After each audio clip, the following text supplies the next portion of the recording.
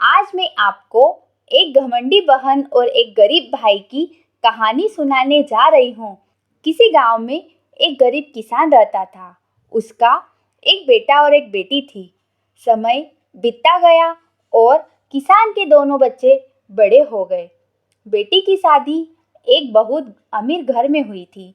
उसके पास बहुत सारा धन था और कई नौकर चाकर भी थे। कोई कमी नहीं थी। बेटा बेचारा बहुत गरीब था।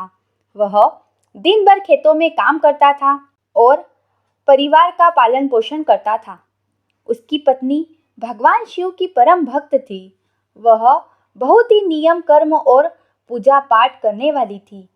वह प्रतिदिन भगवान शिव के मंदिर जाया करती थी और वहां पहले मंदिर की साफ सफाई करती, फिर भगवान शिव की पूजा अर्चना करती। भगवान शिव में उसकी गहरी श्रद्धा और विश्वास होने के कारण उसे अपनी गरीबी से कोई शिकायत नहीं थी। घर की हालत चाहे जैसी भी हो, वह पूजा पाठ जरूर करती थी।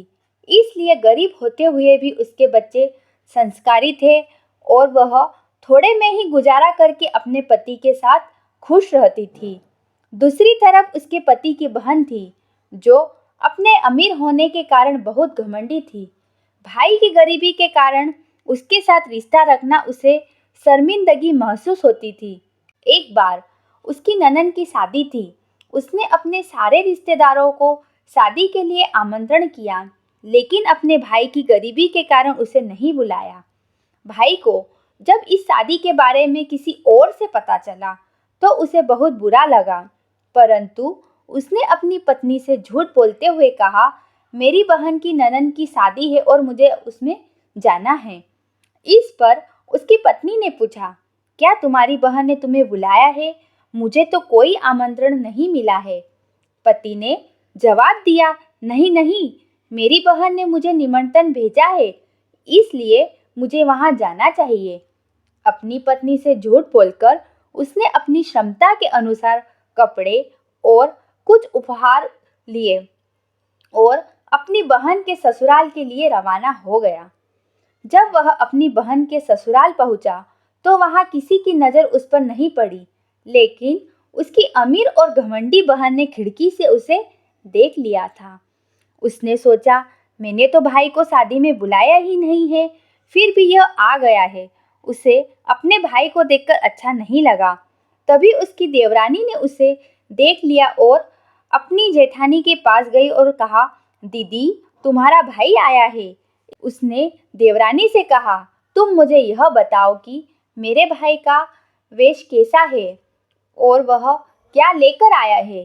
देवरानी ने बताया, दीदी, तुम्हारे भाई ने बहुत ही मैले कपड़े पहने हैं, जो जगह जगह से फटे हुए हैं। यह सुनकर बहन ने कहा, तुम उसे पीछे के दरवाजे से अंदर ले आओ। देवरानी ने वैसा ही किया और भाई को पीछे के दरवाजे से घर के अंदर ले आई। भाई रास्ते भर सोचता रहा कि वह बहुत दिनों बाद बहन से मिलने आया है और बहन उसे देखकर बहुत खुश होगी, लेकिन पैसे के घमंड में अंधी बहन उसकी भावनाओं को नहीं समझ पाई। भाई के अंदर आने पर बहन ने न तो उसे पानी का पूछा और न ही बैठने को कहा।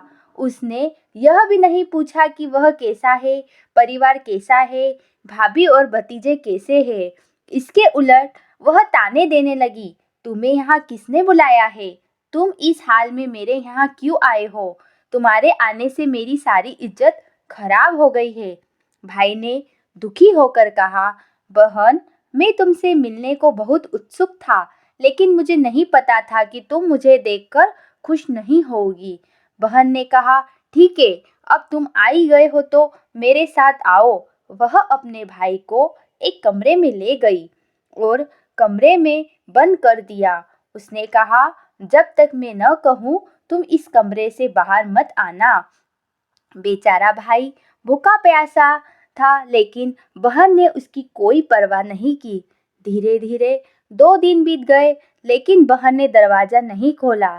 जब उससे रहा नहीं गया तो उसने दरवाजे को ठोकना शुरू कर दिया। दरवाजे की आवाज़ सुनकर किसी ने दरवाज़ा खोल दिया। भाई बिना अपनी बहन से मिले और बिना किसी को कुछ बताए चुपचाप पीछे के रास्ते से बाहर निकल गया। वह समझ चुका था कि उसकी बहन उससे मिलना नहीं चाहती और न ही वह उसके साथ भाई बहन का रिश्ता निभाना चाहती है। उसे तो अपने पैसे का घमंड था, इसलिए वह गरीब भाई की इज्जत नहीं करना चाहती थी। 2 दिन से भूखा प्यासा भाई वहां से निकलकर अपने घर की ओर चल पड़ा। जब गरीब भाई आधे रास्ते में थक कर बैठ गया तो भगवान शिव और माता पार्वती, जो उसकी हालत को देख रहे थे, एक दूसरे से बात करने लगे। माता पार्वती ने कहा, भगवान, इस आदमी की पत्नी हमारी परम भक्त है। वह हमेशा हमारे प्रति भक्ति भाव रखती है और पूजा आराधना करती है, हमारे बिना कुछ नहीं करती। अब उसका पति भूखा प्यासा है और यदि हमने उसकी मदद नहीं की तो वह मर जाएगा। हमें इसकी मदद करनी चाहिए। भगवान शिव ने कहा, देवी चिंता मत करो, हम उसकी मदद करेंगे। इसके बाद भगवान शिव ने साधु का रूप धरा और माता पार्वती ने एक बूढ़ी औरत का रूप धारण कर लिया। वे दोनों वहां प्रकट हुए। एक बूढ़ी माँ को अपने पास देखा और आश्चर्यचकित होकर पूछा, आप कौन हो? बूढ़ी माँ ने कहा, मैं इसी जंगल में रहती हूँ। जब मैंने तुम्हें गिरते हुए देखा तो मैं तुम्हारे पास चली आई। उन्होंने उससे पूछा, तुम्हारी क्या परेशानी है? गरीब भाई फुट फुट कर रोने लगा और बोला, मैं अपनी बहन से बहुत प्यार करता हूँ। उसकी ननद की शादी थी लेकिन उसने मुझे शादी में नहीं बुलाया। फिर भी मैंने भाई होने के नाते जरूर समझा और किसी से पैसे उधार लेकर अपनी बहन के घर गया, लेकिन मेरी बहन ने मेरे साथ बहुत बुरा व्यवहार किया। अब मैं घर जाऊंगा तो मेरी पत्नी और मेरे बच्चे पूछेंगे कि शादी में गए थे, वहां से क्या लेकर आए हो? मैं उन्हें क्या जवाब दूंगा? बूढ़ी माँ ने कहा, बेटा चिंता मत करो, थोड़ी दूर हमारे साथ चलो। वहाँ मेरा बगीचा है जिसमें तरबूज और खीरे लगे हुए हैं। तुम तरबूज और खीरे तोड़ लो और अपने थैले में भरकर अपने घर ले जाओ। भाई ने बूढ़ी औरत की बात मान ली और अपने थैले में तरबूज और खीरे से भरकर घर की ओर चल पड़ा। जब वह अपने घर पहुंचा तो उसके बच्चे और पत्नी उसे देखकर दौड़ कर आए। बच्चों ने सोचा, पिताजी जरूर कुछ न कुछ अच्छा लेकर आए होंगे, क्योंकि उनका थैला भरा हुआ था। उसकी माँ ने जब थैला खोलकर देखा तो उसमें तरबूज और खीरे थे जो सोने की तरह चमक रहे थे। यह देखकर वह बहुत आश्चर्यचकित हो गई। सोचने लगी, नन्नन ने तो बहुत ही ज़्यादा दे दिया। उसने हमारे दुख और गरीबी को देखा होगा, इसलिए दीदी ने इतनी सारी उदारता दिखाई। वह बोली, दीदी को तुम पर दया आ गई होगी। देखो उन्होंने हमारे लिए कितना कुछ भेजा है।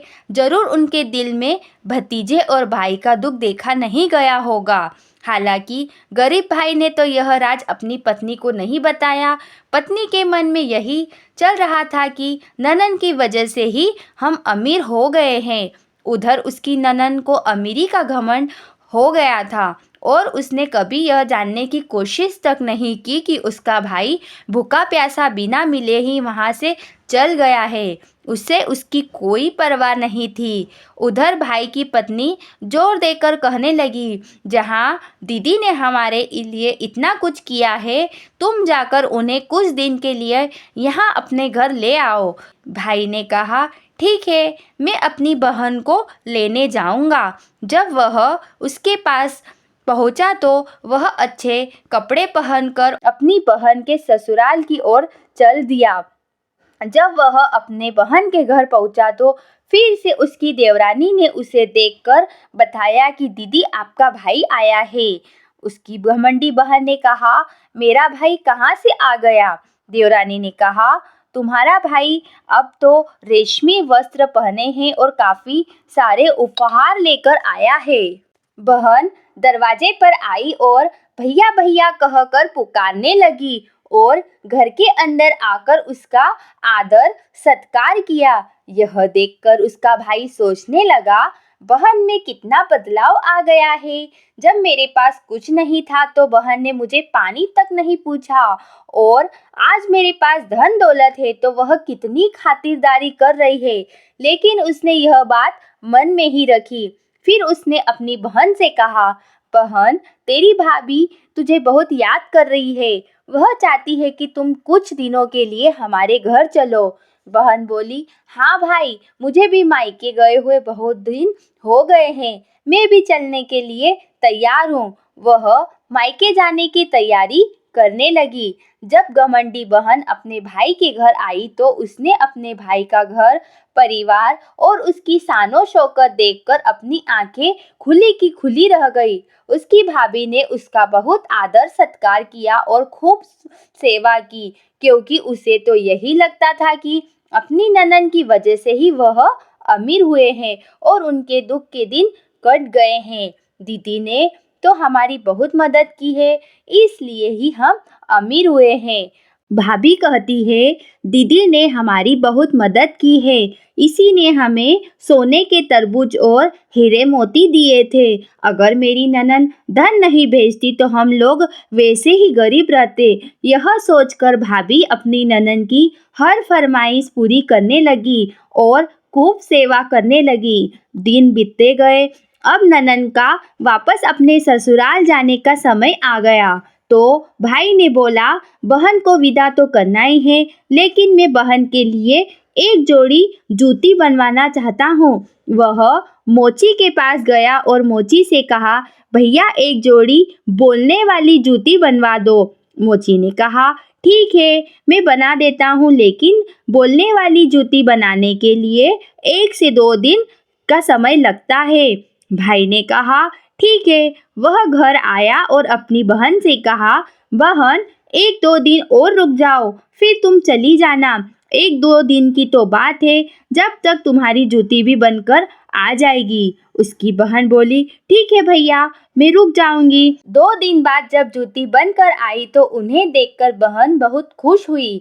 जूती पर बहुत ही कढ़ाई और हीरे मोती लगे हुए थे। जब वह जूतियां पहनती है तो उसे जूती में से आवाज आई, गरीब का कोई रिश्ता नहीं होता, गरीब का कोई रिश्तेदार नहीं होता। बहन भाई का रिश्ता भी अमीरी और गरीबी का होता है। बहन ने भाई के घर से भगा दिया था। जूती की बातें उसके भाई की पत्नी ने सुन ली। उसने अपने पति से कहा कि वह समझ नहीं पा रही है कि वह जूती क्या कह रही है। उसका पति भी यह सोचने लगा कि यह तो जूती है, जैसे मोची ने बनाई वैसे ही बन गई, लेकिन यह क्या कह रही है उसे भी समझ में नहीं आ रहा है। जब बहन विदा होकर जाने लगी तो फिर से वह जूती पहनी। जैसे ही वह चलती, जूती बोलने लगती, गरीब का कोई रिश्ता नहीं होता, कोई रिश्तेदार नहीं होता, अमीर बहन और गरीब भाई का रिश्ता नहीं होता है। अब बहन को दिल से पछतावा होने लगा कि मेरे साथ कितना अच्छा व्यवहार किया गया है। ननद ससुराल चली गई। फिर पत्नी ने उसके पति से पूछा, आप कुछ छुपा रहे हो क्या? तब उसके पति ने बताया कि जब अपने पास कुछ नहीं था, उसकी ननद की शादी में मैं गया था तो बहन ने कोई आदर सत्कार नहीं किया, एक गिलास पानी तक का नहीं पूछा और मुझे एक कमरे में बंद कर दिया। 2 दिन तक मैं भूखा प्यासा कमरे में बंद रहा। फिर वहाँ किसी ने कमरे को खोला और मैं वहाँ से निकल गया। जब मैं जंगल में पहुँचा तो बेहोश होकर गिर गया। वहाँ एक बूढ़ी माँ और साधु बाबा ने हमारी मदद की। उन्होंने मुझे पानी पिलाया और बूढ़ी माँ ने कहा वह अपने बगीचे से तरबूज और खीरा ले जाए। वह तरबूज और खीरा लेकर मैं घर आया और बूढ़ी माँ और साधु बाबा के कारण ही हम गरीबी से अमीर में बदल गए हैं। बहन ने अपनी कोई मदद नहीं की है और नहीं कोई धन दिया है। पत्नी ने कहा, वह आज तक यही सोच रही थी कि मैं अपनी ननद ने पैसे दिए हैं और हम पैसे वाले हो गए हैं, लेकिन अब समझ में आया कि वह बूढ़ी माँ और साधु बाबा जो जंगल में मिले थे वे वास्तव में भगवान शिव और माता पार्वती थे, जिन्होंने हम पर कृपा की है। उसके पति ने कहा कि हमें अपनी बहन के प्रति कोई दुर्व्यवहार नहीं करना चाहिए। भगवान ने हमें इतना दिया है कि वे दूसरों की मदद हम कर सके। इसके बाद दोनों ने भगवान शिव और माता पार्वती के प्रति श्रद्धा और विश्वास किया, उनकी भक्ति में लग गए। उन्हें समझ में आ गया कि मनुष्य को भगवान पर विश्वास और धैर्य रखना चाहिए। भगवान अपने भक्तों का ध्यान हमेशा रखते हैं और उनकी कठिनाइयों का निवारण भी करते हैं। भगवान अपने भक्तों को कभी अकेला नहीं छोड़ते। जय हो भगवान शिव की, जय हो माता पार्वती की। दोस्तों, अगर आपको यह वीडियो पसंद आया हो तो कृपया कमेंट बॉक्स में कमेंट करके ज़रूर बताएं और मेरी इस वीडियो को ज़्यादा से ज़्यादा शेयर करें। धन्यवाद दोस्तों।